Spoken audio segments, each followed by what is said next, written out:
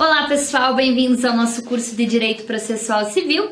Estamos falando do livro 3 da parte especial do novo CPC, dos meios de impugnação das decisões judiciais. Então nós já falamos na nossa primeira aula sobre a teoria geral dos recursos, a ideia de uniformização do sistema recursal dentro do nosso ordenamento jurídico, vimos os efeitos dos recursos, os princípios, exame de admissibilidade e na aula de hoje nós vamos nos concentrar aos recursos em espécie.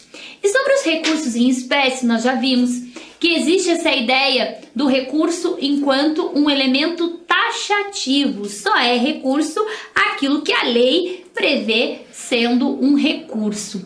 E uma das considerações importantes que a gente poderia fazer no início é sobre o prazo dos recursos. Porque o novo CPC, quando ele faz essa organização na esfera recursal, ele uniformiza os prazos recursais.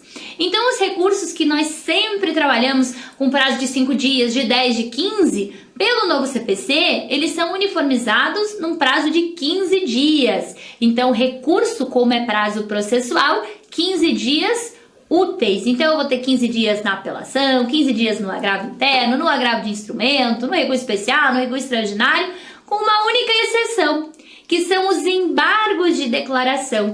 Os embargos de declaração, eles permanecem com o prazo de 5 dias úteis. O resto, tudo 15 dias. Então, acaba ficando bem mais fácil na hora da gente contar o prazo. E lembrando, logicamente, já que estamos falando de prazo, que existe a prerrogativa de prazo para a Fazenda Pública, para o Ministério Público e, no caso de litisconsórcio, com diferentes procuradores, de escritórios diferentes e em autos físicos. Para todos esses que gozam das prerrogativas de prazo, o prazo dobra, vai para 30 dias. E no caso dos embargos, como ele é de 5, no caso de uma prerrogativa, ele vai para 10 dias. Então vamos começar com o nosso primeiro recurso lá no artigo 994, a apelação. O 994 trata de todos os recursos que são possíveis de serem manejados dentro do processo civil e nós vamos falar primeiro da apelação. Gente,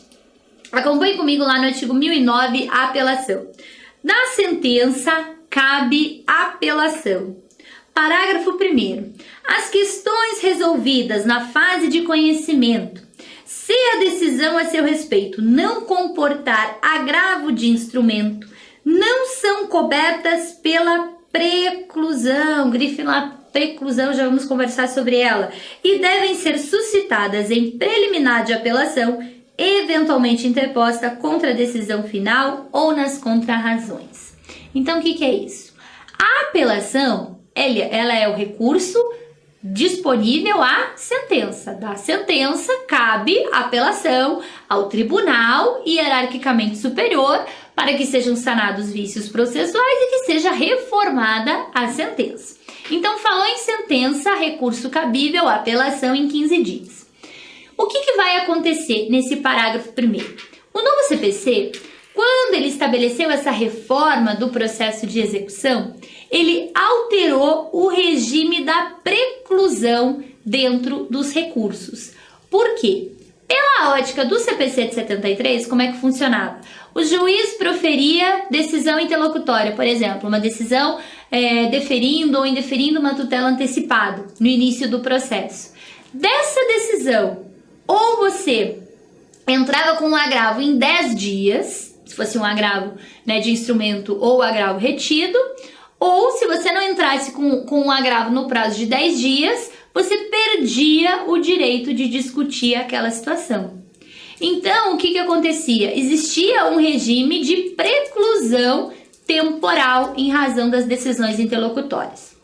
Vem o novo CPC e faz o quê? Muda esse regime da preclusão dentro dos recursos. Por quê? Porque o novo CPC, nós vamos ver a partir da análise do agravo, ele retira do rol de recursos o agravo interno, que era aquele agravo, o agravo retido, perdão, que era aquele agravo que você fazia a interposição e ele ficava retido nos autos, recolhidinho ali nos autos, e só seria analisado por ocasião de um recurso de apelação posterior. E no novo CPC não existe mais esse agravo retido, existe o agravo de instrumento. Mas o agravo de instrumento não é para toda e qualquer decisão interlocutória. O agravo de instrumento é apenas para as decisões interlocutórias previstas no artigo 1015. De forma que, se a sua decisão interlocutória não está prevista no 1015, você não vai poder agravar?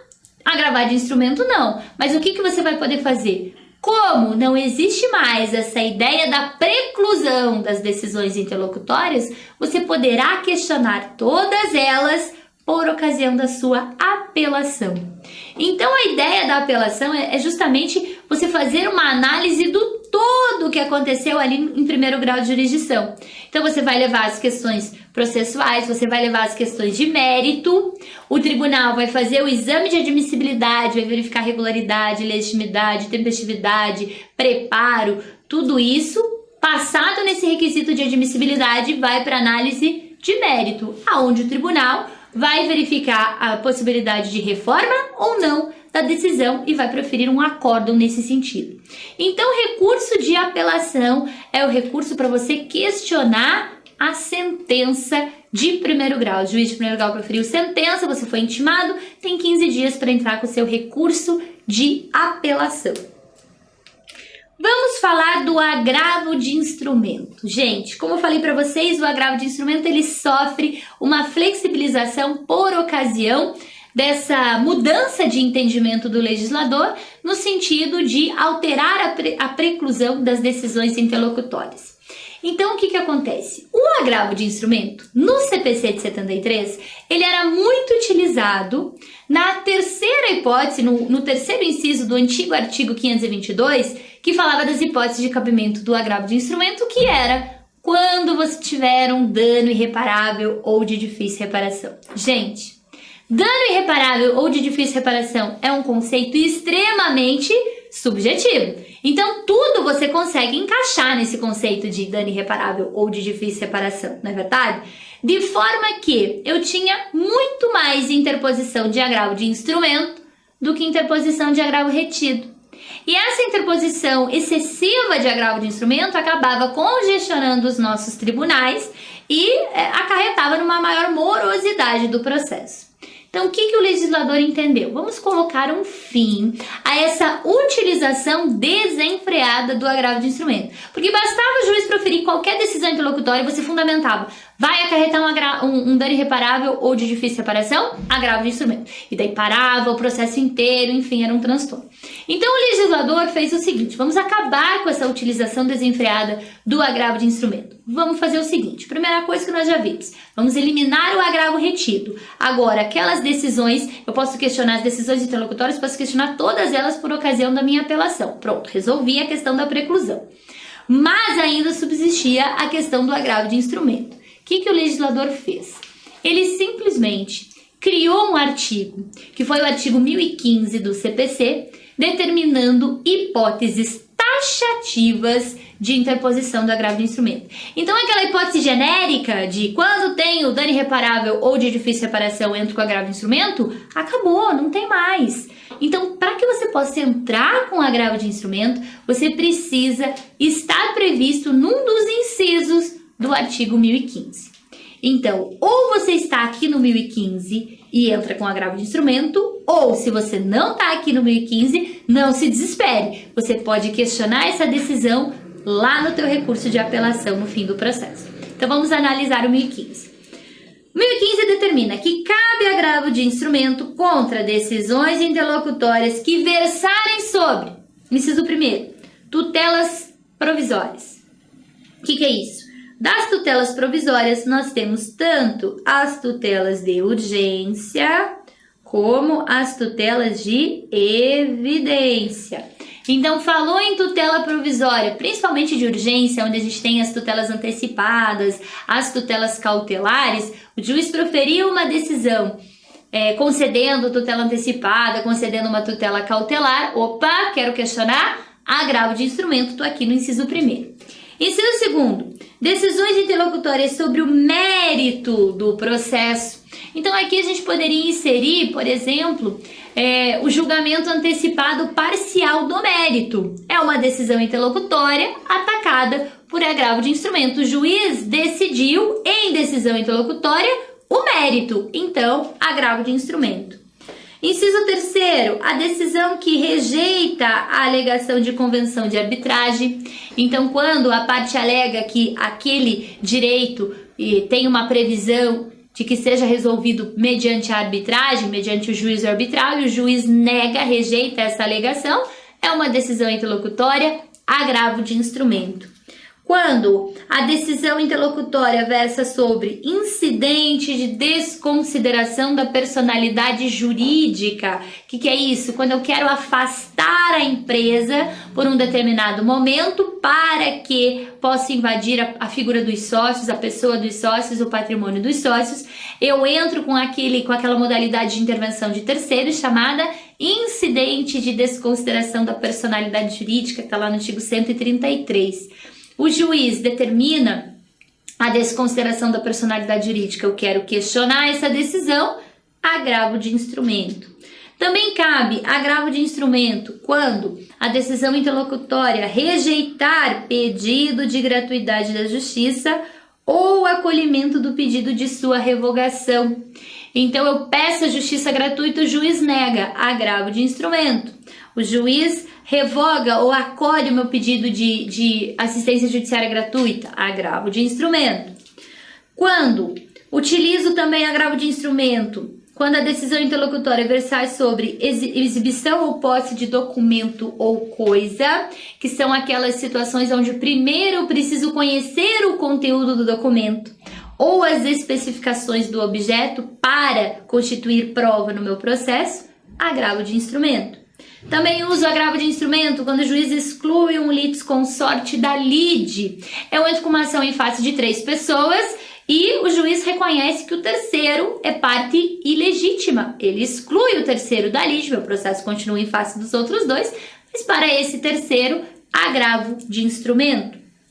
Também uso agravo de instrumento quando o juiz rejeita o pedido de limitação do litisconsórcio, aquele chamado litisconsórcio multitudinário. Então, você ingressa lá com 90 réus e o juiz pede para limitar, o juiz rejeita essa limitação, agravo de instrumento. Também agravo de instrumento na admissão ou inadmissão da intervenção de terceiros, assistência, denunciação da lide, chamamento ao processo, incidente de desconsideração da personalidade jurídica e amicus curiae. Uma vez solicitados, o juiz rejeita a intervenção, agravo de instrumento. Também agravo de instrumento para concessão, modificação ou revogação do efeito suspensivo dos embargos à execução. Nós já estudamos a execução nas nossas aulas anteriores. Os embargos representam a defesa do devedor diante de uma execução de título extrajudicial. Os embargos não têm como efeito parar a penhora, avaliação, depósito, expropriação, mas você pode pedir efeito suspensivo aos embargos, desde que você alegue um dano irreparável ou de difícil reparação para o seu cliente devedor. Se o juiz acolher esse pedido de efeito suspensivo, que obrigatoriamente tem que ser calcionado, tem que ter penhora, garantia ou qualquer outra forma de garantia da execução, o juiz concedeu o efeito suspensivo ou rejeitou, agravo de instrumento. Também uso agravo de instrumento na redistribuição do ônus da prova, nos termos do artigo 373, parágrafo 1º. Também já falamos da distribuição do ônus da prova. O parágrafo 1º é aquele que trata da distribuição dinâmica do ônus da prova, quando o juiz determina quem deve provar o que no processo. Então o juiz determina, réu, você vai provar x, y, z. E o réu não pode ou não quer provar esses fatos, esses elementos, agravo de instrumento. Aqui o inciso 12 foi vetado e no 13 nós temos outros casos expressamente referidos em lei. Então, para que você tenha agravo de instrumento, tem que estar previsto no 1015. Não está previsto no 1015 ou em outra lei, não é agravo de instrumento. No parágrafo 1º, também nós temos uma extensão do agravo de instrumento, quando também caberá agravo de instrumento contra decisões interlocutórias proferidas na liquidação de sentença ou no cumprimento de sentença ou no processo de execução e no processo de inventário. Quando o juiz fixa o valor da sentença, quero questionar, agravo de instrumento. Quando o juiz determina na impugnação ao cumprimento de sentença ou determina uma penhora nos embargos à execução, alguma decisão interlocutória no procedimento executivo, agravo de instrumento, ou decisão no procedimento de inventário também, agravo de instrumento. Então, resumindo, o seu questionamento está aqui no 1015, é agravo de instrumento. Se o seu questionamento não estiver no 1015, o que você vai fazer? Você vai esperar o processo terminar e na sua apelação da sentença lá você vai inserir essas alegações em razão da ausência de preclusão das decisões interlocutórias. Perfeito? Temos alguns autores que já mencionam que o artigo 1015 ele não é tão taxativo quanto estabelecido pelo legislador, que ele pode sofrer algumas flexibilizações, mas numa prova objetiva, tá no 1015 é agravo de instrumento. Não tá no 1015, não é agravo de instrumento, não é agravo retido porque não existe mais. Você vai alegar isso por ocasião do seu recurso de apelação. Muito bem. O agravo interno. O agravo interno, que tá lá no 1021, é aquele agravo cabível contra a decisão proferida pelo relator, a chamada decisão monocrática. Decisão monocrática. Caberá agravo interno para o respectivo órgão colegiado, observadas quanto ao processamento as regras do regimento interno do tribunal. Então é quando o relator recebe determinado recurso e profere uma decisão monocrática, conferindo de repente um efeito suspensivo ao agravo de instrumento, por exemplo. E eu não quero questionar esse efeito suspensivo, agravo interno. Quando o relator recebe o meu recurso e não conhece, faz o exame de admissibilidade, não conhece do recurso, agravo interno. Então, contra toda e qualquer decisão monocrática, quando o meu recurso vai ao tribunal, agravo interno. Aí nós temos os embargos de declaração, então lá no artigo 1022, cabem embargos de declaração contra qualquer decisão, isso é novidade. Então não é só mais embargo de declaração de sentença ou acórdão, é embargo de declaração de sentença, de acórdão, de decisão interlocutória, de decisão monocrática, de decisões dos tribunais superiores, toda e qualquer decisão que precise esclarecer obscuridade ou eliminar contradição, toda decisão que precise suprir omissão de ponto ou questão sobre o qual se devia pronunciar o juiz, ou a decisão que precisa corrigir erro material. Então, diante de uma decisão omissa, contraditória, obscura ou que tenha erro material, primeiro você precisa corrigir esse vício. Primeiro você precisa completar a decisão, torná-la íntegra, estável. Então você entra primeiro com os embargos de declaração no prazinho de 5 dias, o juiz corrige a omissão, a contradição, a obscuridade ou erro material, profere a decisão, corrige essa decisão e dentro dessa decisão agora completa, você já vai verificar se há ou não necessidade de recorrer. Se for uma sentença, vai entrar com apelação. Se for uma decisão interlocutória e estiver lá no 1015, você vai entrar com o agravo de instrumento. Então, embargos de declaração, eles servem para corrigir um vício processual e não propriamente um vício material. Não é um recurso que vai reformar a decisão. Por isso mesmo que ele é interposto ao próprio juiz que proferiu a decisão. Porque se a decisão ela for omissa, por exemplo, quem é que pode corrigir essa omissão? O próprio juiz que proferiu a decisão. Então ele é um recurso chamado de recurso sui generis, porque ele é um recurso um pouquinho diferente. Ele não vai para o órgão hierarquicamente superior, ele vai para o próprio juiz que proferiu a decisão. Ele não tem uma análise de mérito, de reforma, ele tem uma análise processual. São os embargos de declaração. Aí nós temos recurso especial e recurso extraordinário, que são exceções dentro do nosso ordenamento. Então, o recurso especial e recurso extraordinário, previstos lá no artigo 1029. O recurso extraordinário e o recurso especial nos casos previstos na Constituição Federal, que são os artigos 102 e 105, serão interpostos perante o presidente ou vice-presidente do tribunal recorrido em petições distintas que conterão exposição do fato e do direito, demonstração do cabimento, razões do pedido de reforma ou de invalidação da decisão recorrida. Então, o recurso especial e recurso extraordinário, gente, são recursos excepcionais que funcionam da seguinte situação. Você vai interpor um recurso especial toda vez que a decisão recorrida violar algum dispositivo de lei federal. Então, a decisão recorrida violou um artigo do CPC, violou um artigo do Código Civil, violou um artigo do Código de Defesa do Consumidor. Existe uma violação à lei federal, à norma infraconstitucional, recurso especial. Será recebido e julgado pelo STJ. Se a decisão recorrida tiver algum vício, alguma violação à Constituição Federal, recurso extraordinário, que será recebido e julgado pelo STF. Então, não existe hierarquia entre STJ e STF, primeiro STJ, primeiro STF, não existe isso. O que existe são matérias distintas. O STJ cuida de recurso especial, o STF cuida de recurso extraordinário. Se a minha decisão recorrida tiver dois vícios, tiver violação à lei federal e à Constituição, posso propor os dois? Sim, vai propor o recurso especial e o recurso extraordinário. Aí sim, quando você propõe os dois, por um critério de lógica dentro do sistema, primeiro será apreciado o seu recurso especial e depois o seu recurso extraordinário. Mas não existe hierarquia, são matérias diferentes. A decisão violou dispositivo de lei federal, é recurso especial. A decisão violou dispositivo da Constituição Federal, é recurso extraordinário.